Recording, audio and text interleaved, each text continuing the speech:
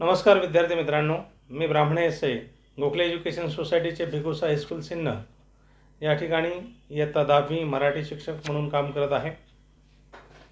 आज आपण कुमार भारती इयत्ता 10वी या पाठ्यपुस्तकातील पाठ क्रमांक 9 आश्वासक चित्र हे कविता आपण पाहणार आहोत। या कवितेमध्ये स्त्री पुरुष समानता यावर आधारित ही कविता आहे। या कवितेची कवयित्री नीरजा आहेत। पाठ परिचय त्यांचा असा आहे। स्त्रीवादी कवयित्री, कथा लेखिका, त्यांचे निरणभय, वेना, श्री गणेशा, निरर्थकाचे पक्षी हे कविता संग्रह, जे दर्पण बिंबले, ओल हरवलेली माती हे कथासंग्रह इत्यादी लेखन प्रसिद्ध आहे। महाराष्ट्र शासनाच्या कवी केशवसूत, इंदिरा संत तसेच भैरूरतन दमानी इत्यादी पुरस्कारांनी त्या सन्मानित आहेत। प्रस्तुत कवितेत स्त्री पुरुष समानतेचे एक आश्वासक चित्र कवयित्रीनं रेखाटलेले आहे आणि ते चित्र प्रत्यक्षात साकार होईल असा विश्वास व्यक्त केला आहे। कवितेतून व्यक्त झालेला विचार सार्वकालिक आहे। सार्वकालिक म्हणजे सदैव टिकून राहणारा आहे। स्त्री पुरुष समानतेचे मूल्य रुजवणारी ही चिंतनशील कविता आहे। कवयित्रीनं प्रस्तुत कवितेत चित्रित केलेले स्त्री पुरुष समानतेचे मूल्य सर्व विद्यार्थ्यांमध्ये संक्रमित व्हावे व रुजावे या उद्देशाने पाठ्यपुस्तकात या कवितेचा समावेश केला आहे। विद्यार्थी मित्रांनो, स्त्री पुरुष समानता निर्माण व्हावी यासाठी अनेक समाजसुधारकांनी प्रयत्न केलेले आहेत। ताराबाई शिंदे यांचा स्त्री पुरुष तुलना ग्रंथ जो आहे हा तुम्हाला माहीत आहे, कारण आपल्याला त्या ग्रंथासंदर्भामधली माहिती मागील पाठामध्ये आपण घेतलेली आहे। त्याचप्रमाणे महात्मा ज्योतिबा फुले, डॉक्टर बाबासाहेब आंबेडकर हे सर्वच समाजसुधारकांनी स्त्री पुरुष समानतेवर लक्ष केंद्रित करून स्त्री आणि पुरुष कसे समानतेने या समाजामध्ये वावरतील या दृष्टीने प्रयत्न केलेले आहे। आणि म्हणून या कवितेमध्ये सुद्धा तोच संदेश कवी नीरजा यांनी दिलेला आहे। त्या म्हणतात, तापलेल्या उन्हाच्या आडोशाला बसून खेळते आहे एक मुलगी केव्हाची, मी पाहत राहते तिला माझ्या घराच्या झरोक्यातून। एक मुलगी घराच्या आडोशामध्ये तापलेल्या उन्हामध्ये, म्हणजे दुपारच्या वेळी ऊन तापलेलं आहे आणि आडोशाला सावलीत बसून एक मुलगी बराच वेळ झाला तरी खेळते आहे। हे दृश्य कवयित्री तिच्या स्वतःच्या घराच्या खिडकीतून पाहत राहिलेली आहे। ती मांडीवर घेते बाहुलीला, एका हातानं थोपटत तिला चढवते आधन भाताचं भातुकलीतल्या इवल्याशा गॅसवर। विद्यार्थी मित्रांनो, ती मुलगी आईसारखं लहान बाळाला मांडीवर थोपटत आहे। त्या मांडीवर त्या बाहुलीला घेतलेलं आहे बाळासारखं आणि एका हातानं तिला थोपटत आहे आणि ती भातासाठी आधण टाकत आहे। आधण म्हणजे भात शिजवण्यासाठी जे पाणी तापवायला ठेवलेलं असतं त्याला आधण असं म्हणतात।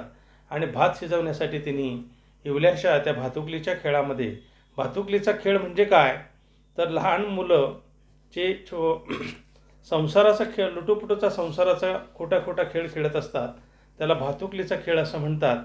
आणि त्या भातुकलीच्या खेळामध्ये ती मुलगी इतकी रमलेली आहे, ती मांडीवर तिने बाहुलीला घेतलेलं आहे बाळासारखं, एका हातानं ती थोपटत आहे आणि भात करण्यासाठी तिनं गॅसवर पातेलं ठेवलेलं आहे, पाण्याचं पातेलं ठेवलेलं आहे आणि ती भात करण्यासाठी सज्ज झालेली आहे। बाजूला खेळतो आहे एक मुलगा हातात चेंडू घेऊन, खूप उंच उडून चेंडू नेमका झेलतो तो हातात। त्याच्या शेजारीच एक मुलगा आपल्या हातामध्ये चेंडू घेऊन तो उंच आकाशामध्ये फेकतोय, उडवतोय आणि पुन्हा अगदी कसबतेनं तो झेलतोय. मुलगी पाहत राहते कौतुकाने त्याच्याकडे. मुलगी त्याचं कौतुक पाहते आहे. तो कशा प्रकारे चेंडू आकाशामध्ये उडवतोय आणि पुन्हा नेमका हातात झेलतोय, हे अतिशय कुतूहलानं ती मुलगी त्याच्याकडे पाहत आहे. मुलगी पाहत राहते कौतुकानं त्याच्याकडे. अचानक बाजूला ठेवून बाहुलीला ती जवळ जाते. तिच्या मांडीवर जी बाहुली होती ती बाजूला ठेवते आणि त्याच्या जवळ जाते. मुलगा दाखवतो तिला आपलं कसब पुन्हा एकदा.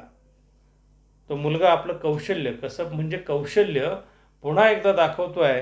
तो आकाशामध्ये उंच चेंडू फेकतोय आणि नेमका हातामध्ये झेलतोय. मुलगी चेंडू मागते त्याच्याकडे. मुलीला सुद्धा मोह होतो की आपण सुद्धा आकाशामध्ये उंच चेंडू फेकावा आणि तो हातात अलगद झेलावा. म्हणून ती मुलगी त्या मुलाकडे चेंडू मागते.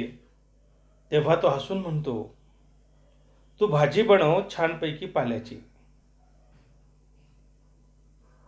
तो त्या मुलीकडे पाहून हसून म्हणतोय की तू भाजी बनव, तुझं ते कौशल्य आहे, चेंडू तुला झेलता येणार नाही, असं तिला तो हिणवतोय. आणि असं म्हटल्यानंतर ती म्हणते, मी दोन्ही करू शकते एकाच वेळी, तू करशील? ती म्हणते की मी या ठिकाणी भाजी पण आधण पण भाताचं टाकू शकते, भाजी पण करू शकते आणि आकाशात उंच चेंडू फेकून हातात झेलू सुद्धा शकते. या दोन्ही गोष्टी मी एकाच वेळी करू शकते, तू करशील का? मुलगा तिच्याकडे चेंडू देतो. मुलगा देतो चेंडू तिच्या हातात. उंच उडवलेला चेंडू आभाळाला शिवून नेमका येऊन पडतो तिच्या उंजळीत. ती सुद्धा त्या मुलासारखंच कसब दाखवते, कौशल्य दाखवते. ती आकाशामध्ये उंच चेंडू फेकते, उडवते आणि अलगद ती आपल्या उंजळीमध्ये झेलते. मुलगा पाहत राहतो आश्चर्यचकित. मुलगा तिच्याकडे आश्चर्यचकित होऊन बघतो की ह्या मुलीला कसं जमलं आणि कशा प्रकारे तिने हे झेललंय. मांडी घालून तशी हसून म्हणते ती, आता ती मुलगी त्या मुलाला म्हणते की आता तू तुझं कसब दाखव, कारण मी दोन्ही गोष्टी करू शकते, तुला ह्या दोन्ही गोष्टी जमल्या पाहिजे. आणि आता तू, अशी ती म्हणते, हे तू माझे काम करून दाखव, आता तुझी पाळी आहे, असं त्या मुलाला ती म्हणते. आणि मांडी घालून मुलगा बसतो गॅससमोर. मांडी घालून मुलगा गॅससमोर बसतो, कारण त्या दोघांचं ठरलेलं आहे की मुलगी म्हणते की मी या दोन्ही गोष्टी करू शकते, तू सुद्धा ही गोष्ट करून दाखवायला पाहिजे. आणि म्हणून मुलगा मांडी घालून त्या गॅससमोर बसतो. प्रथम तो काय करतो बघा, दोन्ही हातांनी थोपटत झोपवतो बाहुलीला. प्रथम तो बाहुलीला मांडीवर झोपवतोय आणि मांडीवर झोपवल्यानंतर तो आपलं कसब दाखवायचा प्रयत्न करत आहे. अशा प्रकारे या ठिकाणी दोन्ही हातांनी त्या बाहुलीला थोपटून प्रथम तो झोपवतोय आणि मग तो पातेलं शोधतोय भाजीसाठी. हळूहळू शिकेल तोही आपलं कसब दाखवतानाच घर सांभाळणं. तो दोन्ही ठिकाणी आपलं कसब दाखवील, आपलं कौशल्य दाखवील. आणि त्या तापलेल्या, कवी काय म्हणतात की तापलेल्या उन्हामध्ये सावलीच्या आडोशाला बसून मुलगा आपले कौशल्य दाखवता घर सुद्धा सांभाळणं हे सुद्धा शिकेल हळूहळू. तो हळूहळू संसारातील स्त्रियांची घरगुती कामेही शिकेल, असं कवयित्री या ठिकाणी म्हणते. हळूहळू शिकेल तोही आपलं कसब दाखवताना घर सांभाळणं. तापलेल्या उन्हाच्या आडोशाला बसून माझ्या घराच्या झरोक्यातून दिसत आहे एक आश्वासक चित्र उद्याच्या जगाचं. कवयित्री म्हणते की माझ्या घराच्या खिडकीतून मला भविष्यातल्या जगाचे विश्वासार्ह, उत्साहवर्धक चित्र दिसत आहे. आश्वासक म्हणजे उत्साहवर्धक, त्याचप्रमाणे विश्वासार्ह चित्र मला उद्याचं दिसत आहे, उद्याच्या जगाचं दिसत आहे, जिथं खेळले जातील सारेच एक खेळ एकत्र, ज्या ठिकाणी दोन्ही स्त्री आणि पुरुष हे दोघंही भातुकलीच्या स्वप्नाळू जगातून प्रत्यक्ष वास्तवामध्ये येऊन ते वास्तवात प्रवेश करून या दोन्ही मुलांच्या स्त्री पुरुष एकमेकाच्या हातामध्ये हात घालून संपूर्ण संसार करतील, ज्या हातावर जिथे खेळतील सारेच खेळ एकत्र, भातुकलीतून प्रवेशताना वास्तवामध्ये सुद्धा स्त्री आणि पुरुष हे एकत्र आपल्या एकमेकांचे हातात घेऊन संसार करतील आणि पुरुषसुद्धा स्त्रियांची कामे हळूहळू शिकेल आणि हातात हात असेल दोघांचाही, ज्यावर सहज विसावेल बाहुली आणि चेंडू दोन्हीही. या ठिकाणी कवयित्री म्हणते की बाहुली आणि चेंडू हे स्नेहाने सहज एकत्र विसावलेले असतील. या ठिकाणी स्त्री पुरुषांमध्ये भविष्यात परस्पर सामंजस्य, स्नेहभाव निर्माण होऊन स्त्री पुरुष समानता नक्कीच येईल, असं कवयित्रीला या ठिकाणी चित्र वाटत आहे. प्रोत्साहवर्धक चित्र वाटत आहे. आणि म्हणून या ठिकाणी कवयित्रीनं अतिशय सुंदर विचार स्त्री पुरुष समानतेसाठी त्यांनी जे काही उदाहरण निवडलेलं आहे भातुकलीच्या खेळाचं, ते अतिशय समर्पक या ठिकाणी मांडलेलं आहे. आणि ही कविता जी आहे, या कविता मुक्तछंदातली आहे. मुक्तछंद या प्रकारातली ही कविता आहे. या कवितेची कवयित्री नीरजा आहे. आणि ही जी कविता जी आहे निरर्थकाचे पक्षी या कविता संग्रहातून घेतलेली आहे. विद्यार्थी मित्रांनो, या कवितेचा आपण पुढच्या पाठामध्ये रसग्रहण कशा प्रकारे केलं जातं हे पाहणार आहोत. तत्पूर्वी आपण या कवितेच्या खाली म्हणजे ह्या पाठाखाली ज्या कृती दिलेल्या आहेत त्या कृती तुम्ही सोडवायच्या आहेत.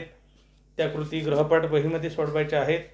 आणि ही कविता 2-3दा वाचून त्यातील कोणता अर्थ त्या ठिकाणी आहे, कशासाठी ही कविता दिलेली आहे याबाबत तुम्ही शोधायचं आहे.